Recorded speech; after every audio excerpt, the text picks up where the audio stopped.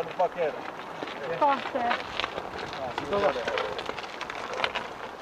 Toka, tää bunnyhopping kannattaa esitä. Tuosta toka.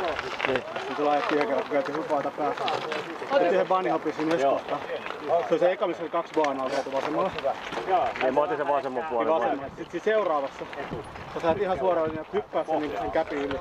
Ja nyt mä just häkin menee ihan suoraan. Mä hyppäsin suoraan sitä päin melkein. Joo, siinä kannattaa vaan hypätä bunnyhoppia. Mä kerkäsin just eturenkaan siihen seuraavan päälle, että se meni ihan siitä takaa vaan hyppyt seuraavaan. Se meni ihan siitä. Sitten kaukaa, kun sä pääsit tavallaan sinne melkein yli. No varmaan sit kisavauhdilla tulee vähän kovempaa, niin sitten voi pystyä. Pikkaset pakko niinku ponnattaa sen, jos se menee. Sitten se menee ihan sikasta. Siinä on kuitenkin tilaa ennen mutkaa jonkun verran mennä. Tulee melkein tänne asti pumpaamaan kovaa. Joo, just.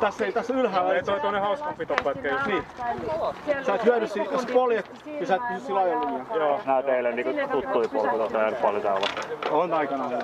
Mä tänne kertoo täällä. Mä oon kanssa eka. Mä oon joskus 15 vuotta sitten ollut täällä, mutta mä oon luullut, että nää on vittu rakennettu kaikki. Tää on tosi makea alue. Joo. Mutta pientä poikaa silloin. Tää on hauska pätkä. Tämä on hieno. Ja tästä tulee sit se kivikko, nyt on semmonen kivikon näköinen. Niin tosta voi hypätä yli, tosta mistä toi hyppää. Tosta voi ajaa täysin, tolle voi hypätä tosta. Siinä ei mitään alla. Joo, no pitää mennä nyt tähän varoisin.